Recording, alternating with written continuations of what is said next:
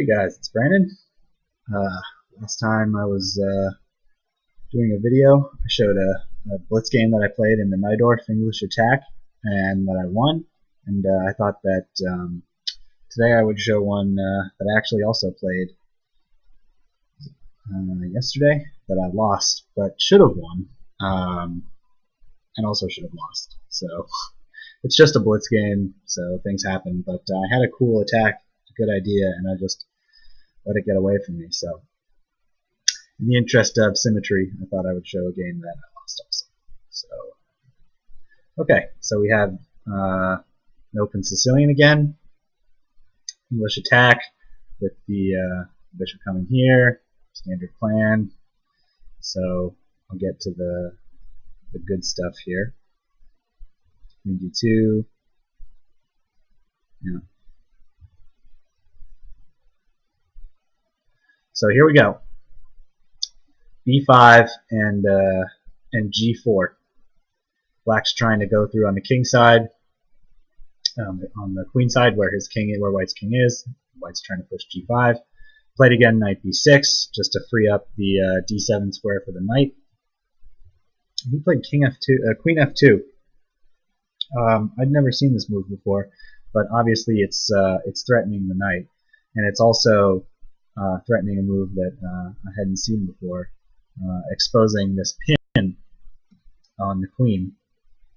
So this is not something I have a lot of particular experience with in Najdorf, but I'm going to be playing it more and sort of be more aware of these ideas from now on. So I played knight c5. I was expecting him to take. I was expecting him to take with the bishop and then maybe play bishop g5. Or either take with the bishop or play bishop g5. I wasn't sure which.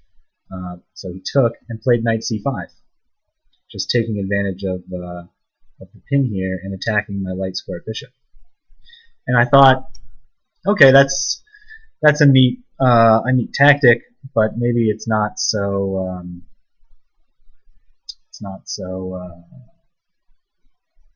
such a big deal. If he takes my bishop, then I'll retake with the f pawn and have control over d5, so he can't sink a piece in there at some point, and I'll just get on with the attack. So I said, okay, let's just shoot the queen out over. Double question mark for this move. What I'd failed to see was that if takes here, he has this move bishop b6, which just traps my queen. I just have nowhere for the queen to go. But thankfully, it's a Blitz game, and he missed it too. Although this, I would think that if you had played this variation before, you might not be aware of that tactic. So he decided not to play. He played just the knight back to a4, sort of keeping the knight in for defense. And I attacked the knight. Another double question mark move, because again, bishop to b5 is just b6 is just trapping my queen. But neither of us saw it, so he just played knight here, attacking the bishop again. And I thought, okay, he's wasting a lot of time with this knight. I'm going to just move the rook onto the open b file, and if he takes the knight, if he takes the bishop, then I'll take back with the knight, and this knight was going to have to move anyway, because g5 was going to come at some point. So he obliged me and took with took my knight. So I got out of the tactics with the queen there, and from here, it's a very, very pleasant position for me to play. And I think I played this attack. I mean, I did play this attack really, really well, and just stumbled at the finish line. I mean, literally fell on my face at the finish line, which happens. It's Blitz. It's not it's not 2 hours per move where you can calculate variations. So he played b3, excuse me, a3, and I think that move was good because pretty much regardless of what he was going to do next, my next move was going to be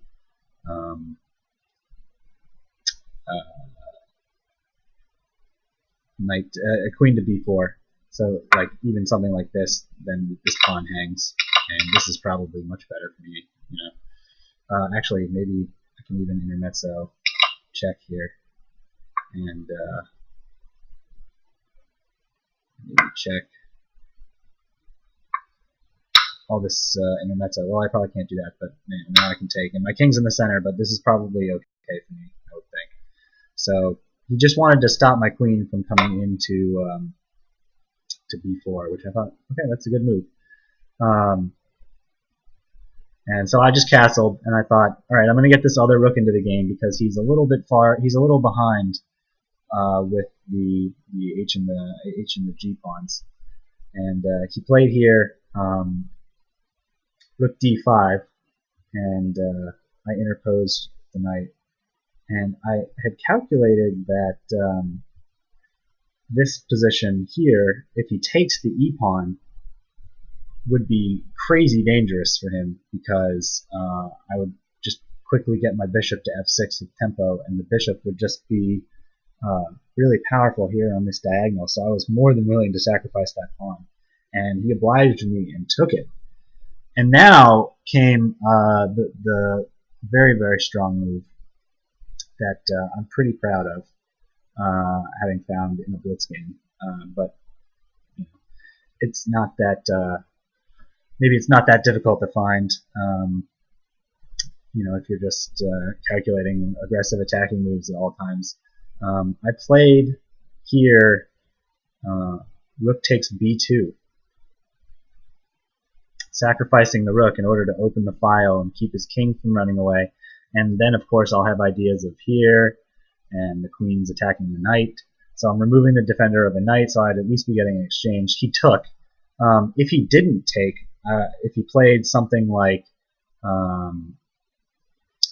king to d2, I thought I would just be able to play knight bishop to f6, skewering, and stuff. So something like this was what I had envisioned in my head.